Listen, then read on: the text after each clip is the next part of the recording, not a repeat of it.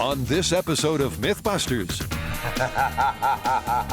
Adam and Jamie unleash a deadly myth from supermax prison. Are we going to try and shoot him in the head? Find out who's the origami swami in a build-off to make a lethal crossbow out of paper. You can't keep me in here, copper. I'm gonna get out. And while they slug it out, Tori, Grant, and Carrie knock them back That's terrible, they're drunk. as they get the measure of some more vodka myths. Can I get a little privacy? Jeez. Who are the MythBusters? Adam Savage, Jamie Heineman, Aren't tracer rounds illegal? Tori Balachi, Science is fun. Carrie Byron, That's what I did today. and Grant Imahara. You guys ready for this? Between them, over 50 years of special effects experience. That's what I'm talking about. They don't just tell the myths, they put them to the test.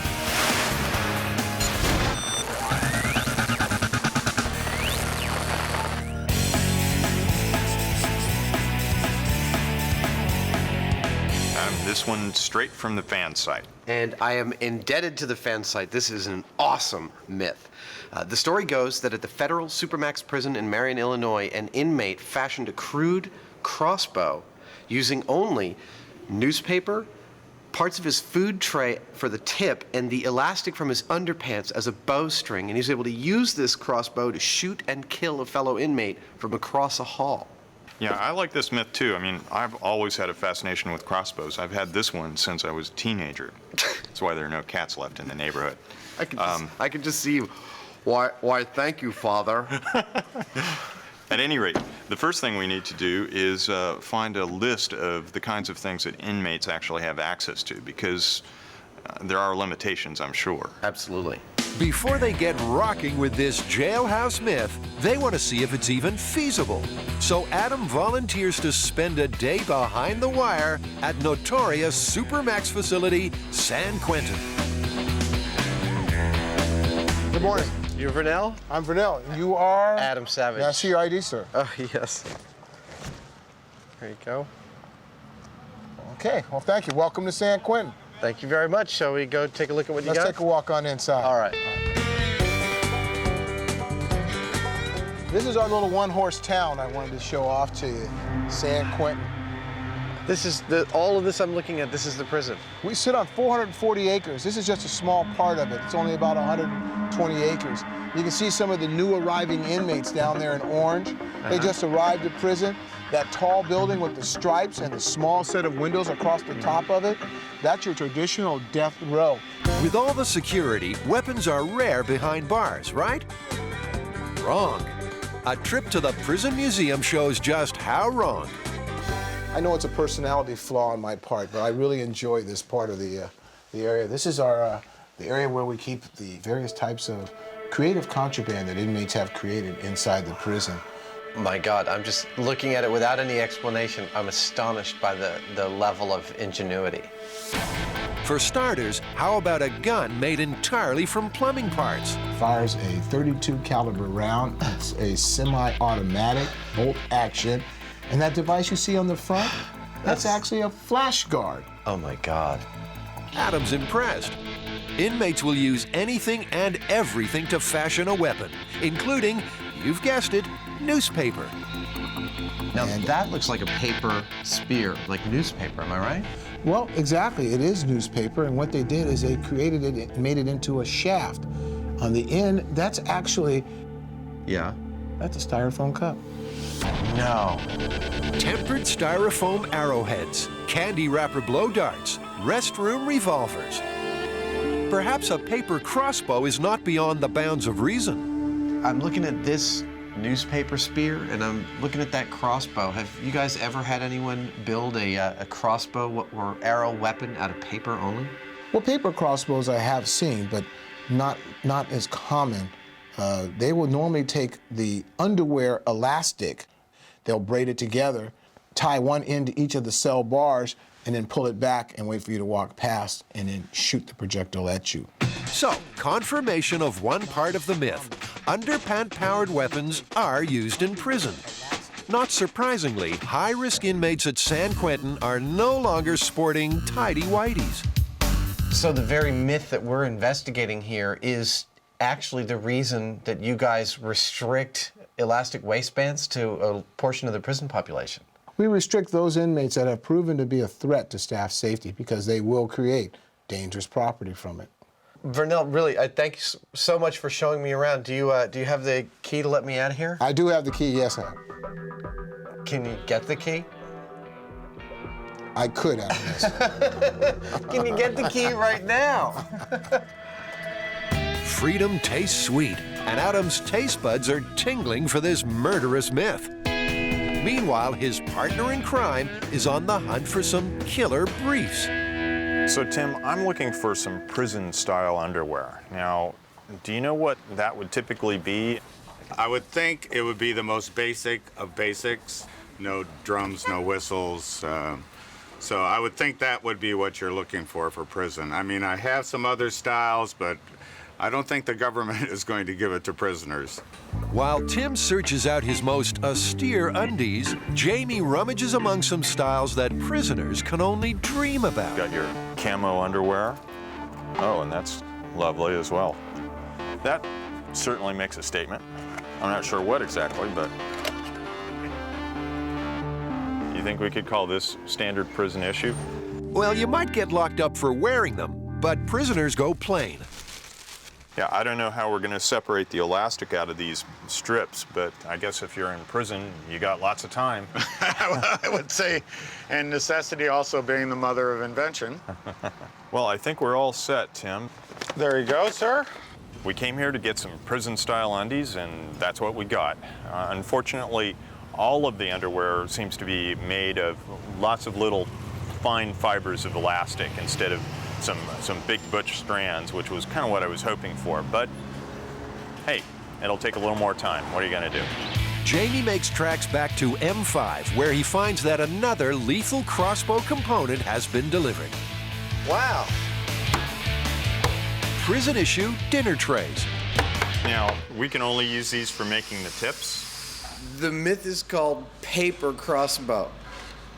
You can't build the bulk of it out of this thing. I don't know, it's kind of springy. So they've got the materials for both bowstring and arrowhead. Now for the sticky bit. You know, there's one aspect to this myth that we have yet to deal with, and there's no information on it. It's glue. Yeah, if they had super glue, they could make something equivalent to fiberglass even. Well, I mean, I think in order to maintain the spirit of the home-built crossbow, we really should look at some kind of homebrew glue, something we made with readily available materials. Sure, there's got to be something out there. If the glue doesn't hold, the paper crossbow will fall apart. Add with it the myth. So the guys decide to try out 4 different homemade varieties. There's casein glue, made from milk, vinegar, and baking soda. I haven't really ended up with a glue. It's more of a paste. Then there's glues made from plain flour, Oh, not too much, not too much. white flour, and the hot favorite, gelatin and glycerin. I like this the best. I mean, Personally, I think that's the most promising. To test their stickability, Adam whips up some simple rigs. I want to test the relative strengths of each of them. So I've made up a test rig, which is comprised of 2 pieces of wood, a handle, and a sheet of newspaper in between. He glues each of the 4 rigs together with a different glue. Then leaves them to set in a drying cabinet. I think my glue tests have dried, and now it's time to do some strength testing on them. First up on the fish scale, flour and water.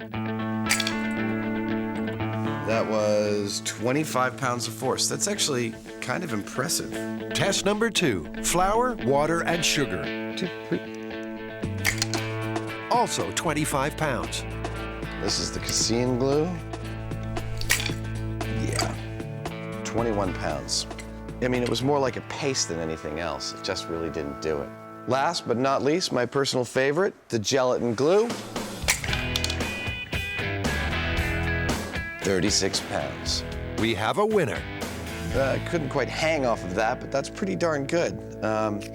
It is a bookbinding glue, and it definitely looks the nicest. Finally, there's the control test, wood glue.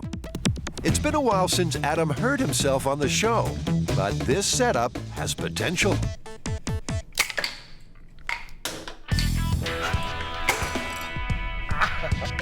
Yep, business as usual. 60 pounds of force across the knuckles is going to sting a little. That hurt. Vodka is an ancient Russian beverage long popular for keeping up the spirits in a hostile climate. But many a tall tale has been spun around the legendary drink. And over several weeks, the MythBusters are testing some out. Oh yeah, that's good. Okay. In previous episodes, they proved that vodka can remove even the worst foot odor. And that it's a match for the foulest breath. That burns. Yeah, cinnamony, actually. Now they're testing some more vodka myths. First up, vodka smoke remover. I'm working on a vodka myth. The myth is that you can make a vodka water solution, spray it onto your clothes that smell like smoke, and it should take the smoky smell out.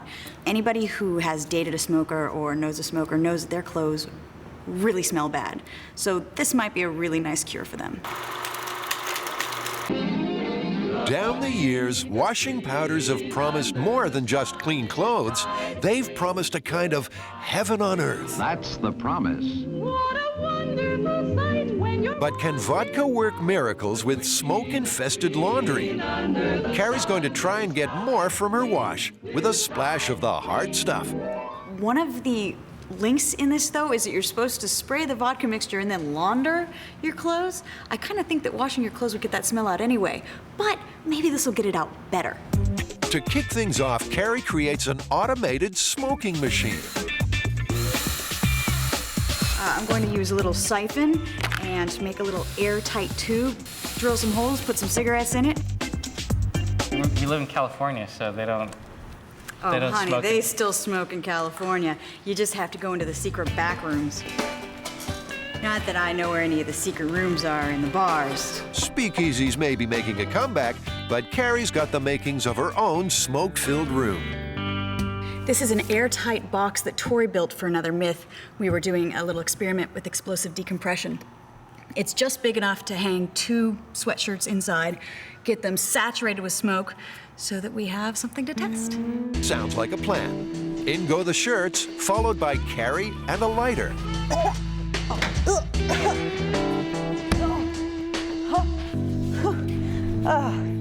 That was I should have worn a respirator for that. Before her lungs can recover, there's an outbreak of passive smoking. Last thing I want. Oh no! Oi, got a leak over here too. What happened to Tori's airtight box? By the time she's done taping, her smoke box looks like Yul Brenner's bedroom. Oh, they're almost down to the filter. I can still see some little red glowing lights right there. I can barely see anything. Smell like bingo night, some French foreign cinema kind of old lady bar. And according to the myth, vodka's just the job to remove that stubborn smell. 2 days later, and the shirts are ripe for the picking. They both smell like ashtrays. I'm gonna take them to the laundromat quickly. God, that is horrible. Okay, there we go. That would be 1 part vodka to 3 parts water. Just one jacket will be sprayed with a vodka spritzer. The other will be the control. Oh, that's horrible. Well, it's just smoky. It's like you had, spent the night in a bar. Yeah, that reeks. Spent the night on the floor of a bar. A quick product test, and it's wash time. Okay, the vodka's going to be on the end. And this one, the smoky, will be to the left. And now it's a waiting game. So here's a few tips on how to pass the time while the soap suds do their thing. No, we're just working. We're gonna be here. Can I get a little privacy? Jeez. And here's some more highlights of the drying cycle. German surrealist painter starting with Z or Q? Because you're the one who said.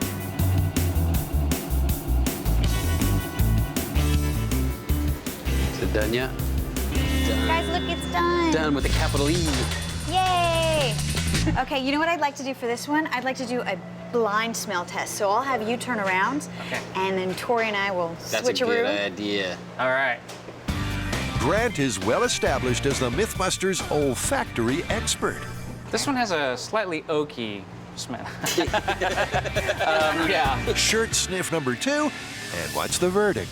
So this is the better smelling one, right? Yep.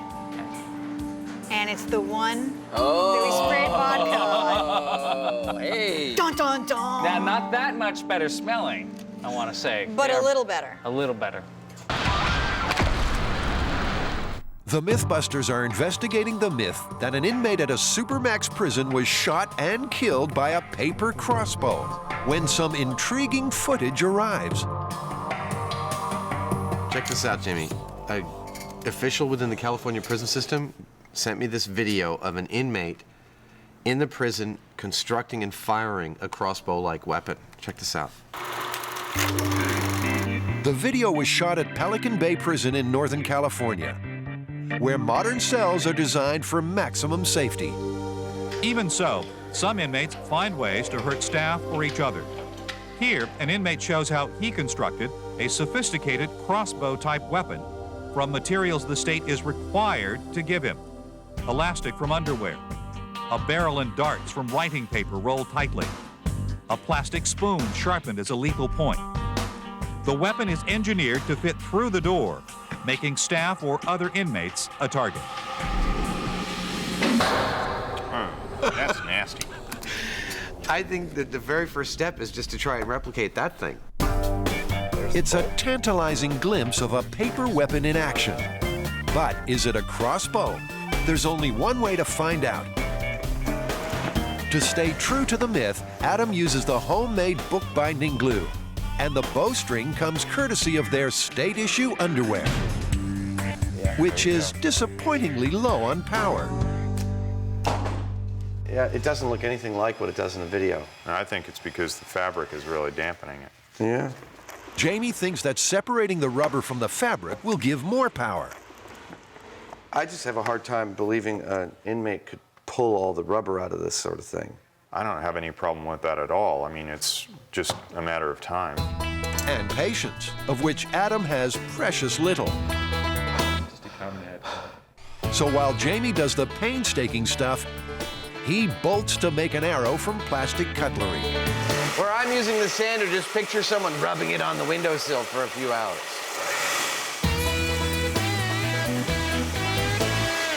All right.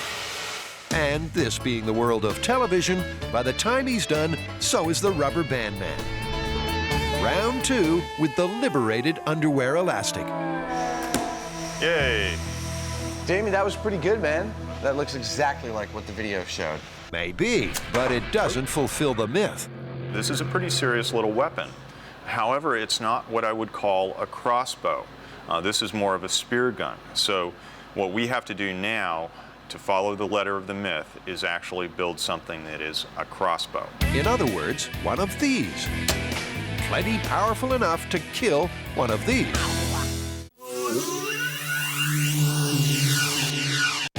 In the myth of the paper crossbow, Adam and Jamie are at Archery Only in Newark. They want to know more about what exactly they're going to be building a paper version of.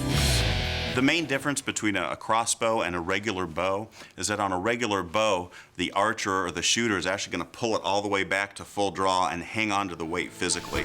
On a crossbow, you physically cock the mechanism back, and you can actually walk around with the weapon cocked and locked and ready to shoot, almost like a firearm. Pretty good. Have you heard the myth of a prison convict making a paper crossbow out of newspaper and shooting and killing another inmate with it? I have not, no. Do you think something like that would be possible? I believe it is possible, but pretty unlikely. Well, they call it a paper crossbow, so I think I'd like to do some tests and see how accurate and how much force this thing can apply. So they know what they're aiming for. They want some hard data about crossbow performance in terms of accuracy, velocity, and penetration.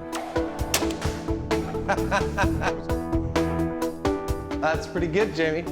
But first, they need some info about the ammo, and Adam's found a new toy. There's always the question of what I'm going to get for my toolbox before I leave. And this is it today. A scale. That is sexy. I am measuring the weight of crossbow bolts. If you know the weight and velocity of a missile, you can work out its kinetic energy. One of the measurements for assessing a weapon's killing capacity. And it's 28 grams. Now for the velocity. Jamie fires off some bolts through a chronograph, which clocks their speed in feet per second.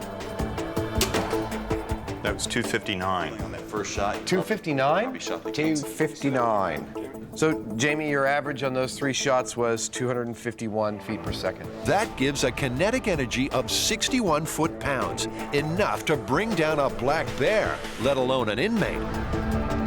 Rest 251. Are you ready for some penetration, Heine? To find the most lethal arrowhead, they'll fire a variety at a block of ballistics wax from a distance of 15 feet. About the width of the prison corridor in the paper crossbow myth. For starters, they'll use a standard arrowhead. All right, let's bring your tape measure over. So, with the target tip, it penetrated 6 inches. Yeah. 6 inches of penetration. Not bad. Next, they try a 4-bladed razor tip used for hunting. This one went 6.5 inches. Next, a cut-on-contact broadhead. All right. It's a traditional hunting tip, as old as the Stone Age. Oh, that went a lot farther, man. So about 8 inches. About 8 inches. That's good, because that's the easiest one for us to make. With a plastic food tray. So, what's the verdict? Just thinking this one through from a mechanical standpoint, I'd be totally pleased with 2 inches of penetration. Generally, I prefer a little bit more. There's no way a paper crossbow will achieve this much penetration. So, to be lethal, it may have to be deadly accurate. The final test, just how sharp can a crossbow shoot? So, Jamie, the key here is just tight grouping. Okay. From 15 feet, the distance specified in the myth, this should be a walk in the park. Yeah, look at that. Nicely done. Wow. Ain't gonna get much closer than that. No, I don't think you are. 3 bolts, 1 hole, not bad. So what do we know? We know a crossbow can produce 61 foot-pounds of kinetic energy, enough to bury a hunting tip 8 inches into the eye of a deer from 15 feet. A real crossbow is lethal, so the question is, how lethal can we make one out of paper? The pen may be mightier than the sword, but could paper really be a match for a crossbow?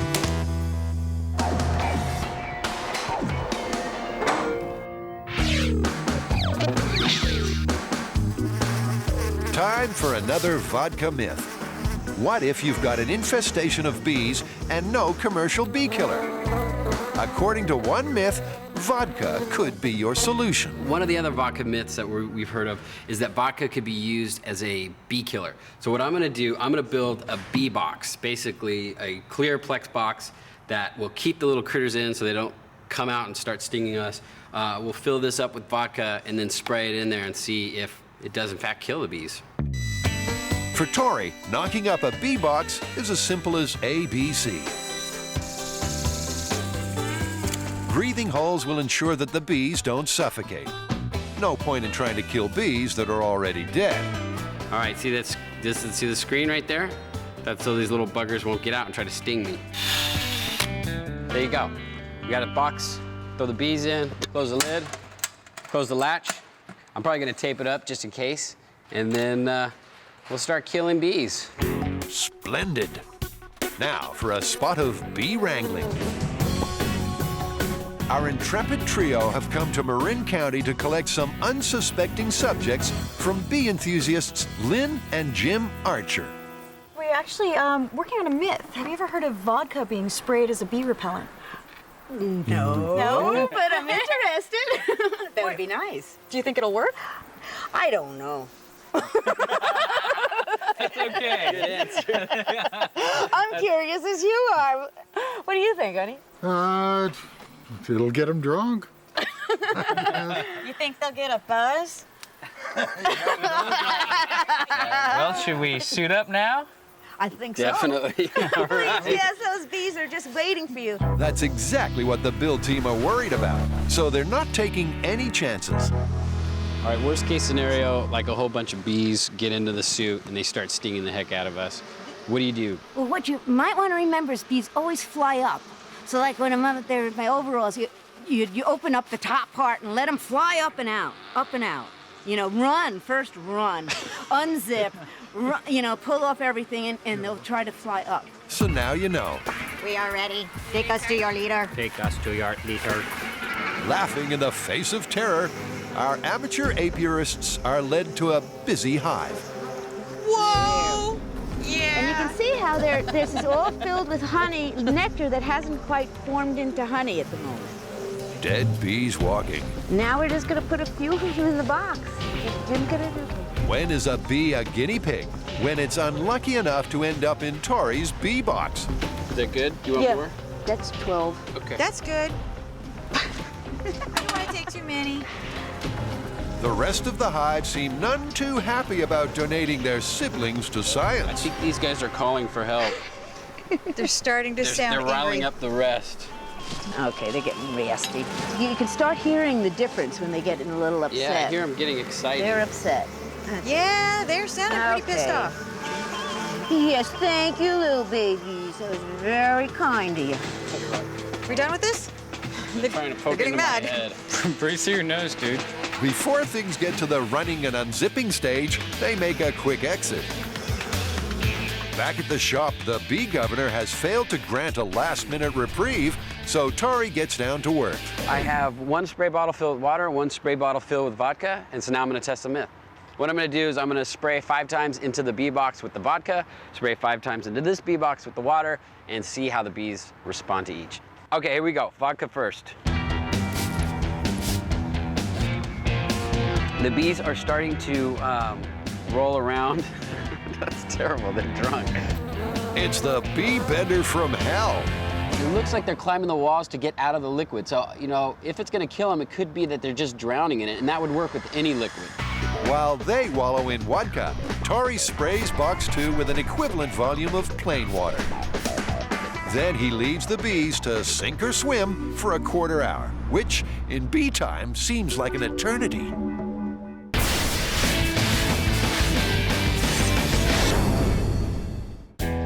In the myth of the paper crossbow, Adam and Jamie have researched contraband prison weapons. No. Constructed a replica of a paper spear gun and performance tested a real crossbow. Now, they're ready for a MythBusters build-off. I know you don't like the competition thing, but we're going to do a build-off here, and we're going to each build our own crossbow using only newspaper, underwear elastic, plastic food tray, and homemade glue. And then we're going to test them and see who's made the most potentially lethal and accurate paper crossbow. Well, you know the first thing I'm going to do. Cheat. Yeah. Here's the news. With just 2 days to make their deadly weapons, they've got a tool shop amnesty. We can use any tools we want. We're not scraping this against the jail bars or anything. We're assuming there's enough time to shape and cut pretty much anything. The homemade glue is brewed and it's on your marks. Are you ready? I promise not to look around the barrier. You're welcome to look at them. It'll be fine. I know I'll be looking. All right, here we go. Adam and Jamie rarely use paper as a building material in special effects. So it's a case of trial and error. Normally when I build a project, I have a pretty good idea of the largest mechanical problem I've got to solve. But this one, I'm completely making up as I go along. I have no idea from 1 minute to the next what the structure is going to do or be. No idea. In its early stages, this build is basically origami, which is like watching paint dry. So let's cover the first few hours with a music montage. And remember, don't try this one at home. Leave it to the MythBusters. Okay, that should do it. Let's check on progress. So I've gone with a classic approach. It's very much the shape of a crossbow. I'm hoping that works. It could all just crush the moment I start. Jamie's design is slightly more complex. What I've decided to do is make a couple of things that are basically the same shape, and they pivot on a central axis point. Their main problem is that newspaper has 0 tensile strength. Adam compensates by adding tightly rolled support struts, while Jamie's gone for cone shapes, reinforced with crumpled paper. It's sort of like a honeycomb aluminum made out of paper. By the end of the day, Adam's simple design has grown arms, legs, and wings. I call this the Red Baron. And he thinks it's pretty fly. If it all goes as I think it might, it's going to have a fair amount of power to it. But you never know what Jamie's going to come up with. Jamie's lagging behind, but he's aiming high with his ambitious design. It may start like this, and then I'll cock it back like so. We shall see whether it actually works. They leave their crossbow contraptions to dry overnight and hit the showers. And remember, kids, working with newspaper can be dirty. Tori's testing the sting in another tall tale. Vodka Bee Killer. He sprayed one sample with vodka and another with water, and he's back for a health check. We're about 15 minutes into this experiment. It looks like the water bees are doing a lot worse than the vodka bees, and I don't know why that is. Perhaps they're hard-drinking worker bees. You know, my feeling is if the vodka was going to work as an insect killer, it would have already taken effect. The ones that are dying are actually the ones that are drowning in the vodka. I think what I'll do is just let this each of the box dry out and then come back and then do a death count. What a fun myth this is. Even if the vodka doesn't kill them, tomorrow they're gonna wish it had. Hey, so how'd it go with the vodka and the water with the bees? The two things that I noticed when I started the experiment is one, when I sprayed the vodka in, the bees jumped out of the vodka onto the sides of the wall. So they got out of there as soon as they could. When I sprayed the water, they didn't move. They just kind of stayed there. So the vodka was more foreign to them, like maybe they were used to the water, but the vodka's like, oh my God, we gotta get out of here. Makes sense, but even so, it is surprising that the water bees have come off second best. I mean, maybe they're not dead. I mean, you know, until we do a full bee autopsy, I think we can't decide if they're dead yet. Look at that guy. I think he's still alive. Why don't you do some, BCPR, BPR. All right, we'll pull these guys out, see if we can revive some of them, and then we'll count the bodies. Sounds like some kind of B-grade horror movie. With the water bees in need of immediate attention, they get the hairdryer treatment. Did it come out with a little beehive hairdo? Oh, behave. At first, all seems lost, but Grant and Tori keep believing, and slowly a little miracle starts to unfold. Hey, I got 2 more survivors. Apparently, bees have a waxy coating on the thorax, so though drenched, they weren't drowned. That's pretty amazing. All but 2 came back to life. Your BCPR was truly a thing to behold. You're like a bee whisperer. Why, thank you. And while the water bees were toweling off, the vodka bees were sobering up. Hey, check out these guys. These guys are kicking ass. No, I mean, aside from maybe a little bit of a hangover, they seem to be doing just fine. They're looking a lot better than I do after a hangover. Wow, dude, that's amazing. I thought the ones that we sprayed with water were all dead. We got all but 2 revived. Yeah, and the vodka ones, we didn't even need to revive them. We didn't lose a single bee. So vodka is a bee killer? Totally busted. Busted. With a capital B.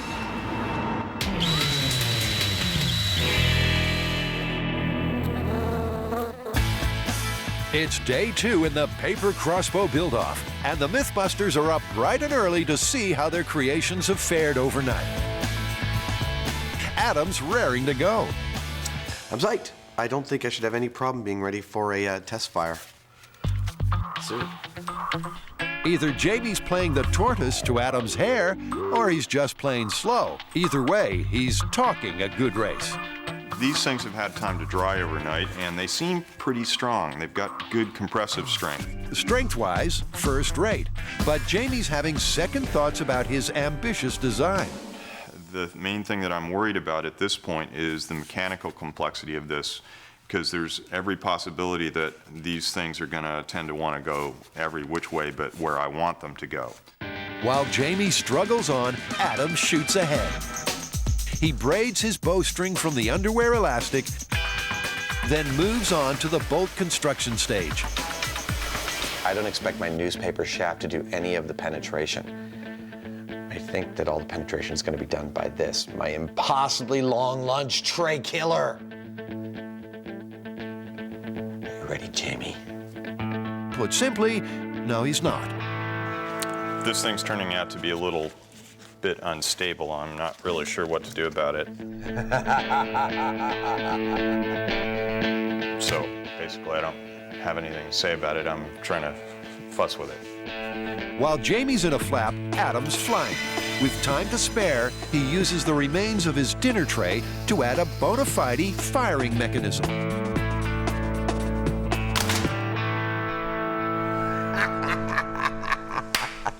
A genuine crossbow in under 2 days, made only from newspaper, underwear, and a prison food tray. No wonder he's pleased. I can't wait to shoot this thing. Meanwhile, Jamie's been forced into a retreat, and he's locked down all moving parts. With time running out, he adds support struts to strengthen his now rigid 4-cone structure. I'm just having one last go at it to see whether I can't optimize the performance of it and reduce the likelihood of some kind of general collapse. I'm pretty sure at a certain point, this whole thing's just gonna be a wad of paper.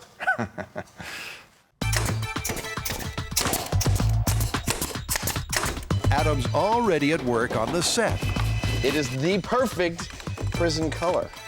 I call this lockdown green. One prison door. You can't keep me in here, copper. I'm gonna get out. With only minutes remaining, Jamie fashions a plastic bolt and attaches the bowstring. Well, time to walk away. According to the myth, the paper crossbow killer unleashed his deadly missile from behind his cell door.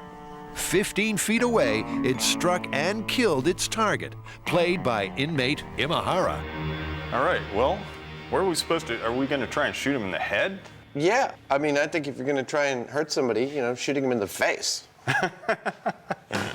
No sooner said than done. For a control, Adam fires off a headshot from a regular crossbow. 3, 2, 1. Nice shot. I shot Grant in the face.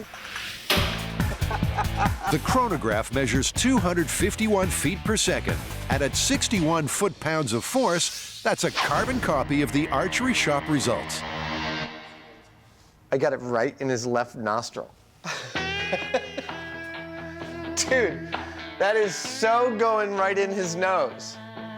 You gotta come here and check this out. What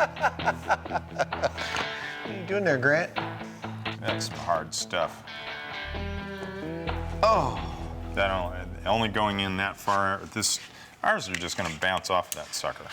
Well, 3 1/4 inches of penetration. So, a fatal shot? With a commercial crossbow, inmate Imahara would definitely be cold dead. That's the benchmark. So how will the MythBusters paper versions measure up? Time to lift the veil on their closely guarded contenders. I have not yet seen Jamie's design. I'm always fascinated by our different approaches to problems like these. Actually, I've been watching what Adam's been doing the entire time, in spite of the rules against doing that. You know, without having rules to break, there'd be no particular interest in the competition for me. I think it's time to see what each other's built. Dude, if the full draw of the bow makes it collapse, is candy gonna pour out? I'm sorry, I've already tried it. I've shot it a few times. It's Oh, great. really? No, I'm kidding. Wow, that's pretty good. Could Jamie be staring down the barrel of a rare defeat? Adams, you could like use as a club and it'd probably be just fine. You could still shoot it. This thing, I could just go like that and break it in half with my hands. So I have my doubts about this. Jamie, are you ready to shoot? I'm gonna shoot. Don't sound so thrilled about it. You'll freak people out. Strictly speaking, a prison assassin would have just one shot. Jamie takes dead aim through his cell door's dinner hatch. Are you ready on high speed? Ready. Ready. All right. Seems to be holding up. Okay. When you're ready, Jamie. 60. 60. Well, that ain't half bad, really. No. A real crossbow was what, 250? Yeah, 60 feet per second. Arrow's flying nice and straight. Watch it hit the target. Whoa. Yeah. The bolt bounced off inmate Imahara's head before hitting the target behind. It's an unexpectedly impressive result. A bolt from the blue, you might say. I was actually pretty pleased with the first shot on this thing. I think it did considerably better than the one that we saw that the prisoners had made. So far, so good. I think we can get a little bit more speed out of it, and I think it's actually kind of deadly if you hit somebody in exactly the right spot.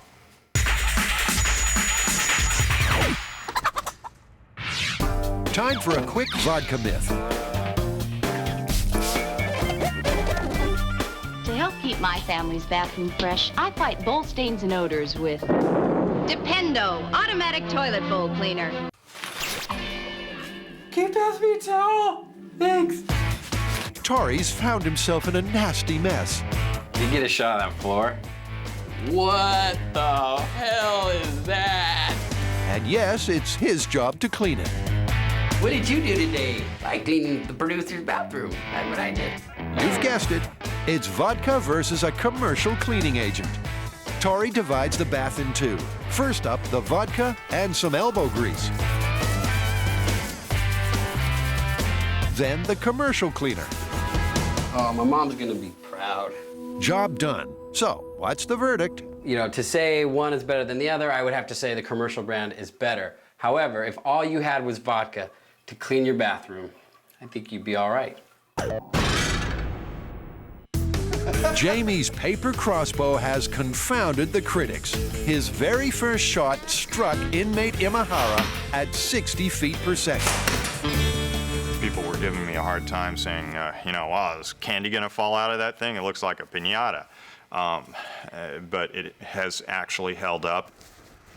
With a little bit more practice, maybe a little refinement on the device, it could quite possibly do some serious damage to somebody. Happy days. Jamie tightens his bow and loads another bolt. Good. Let's go again. 68 feet per second. Okay. It hit his head. It looked like it hit just to the left of his right eye. It still went sideways. Okay, I think this is done. You can see the crinkle starting to form here. We actually got quite a few shots out of it, though, and close to 70 feet a second, is it? That's not half bad. Jamie's crossbow has shot its bolt. So, what's the verdict? While I can't say that this particular device is lethal based on what I've seen today, I can tell you that I would not want to get hit in the eye with one of these things, and if I did, I might die. He might, but calculations show that the kinetic energy of Jamie's fastest bolt was just 4 foot-pounds. compared to 60 foot-pounds for a real crossbow. Time for a scientific timeout.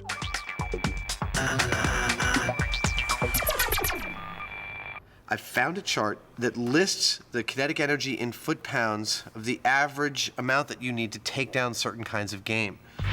Less than 25 foot-pounds of kinetic energy is only good for small game. 25 to 41, medium game, like deer or antelope. 42 to 65 foot-pounds, large game, like elk and black bear.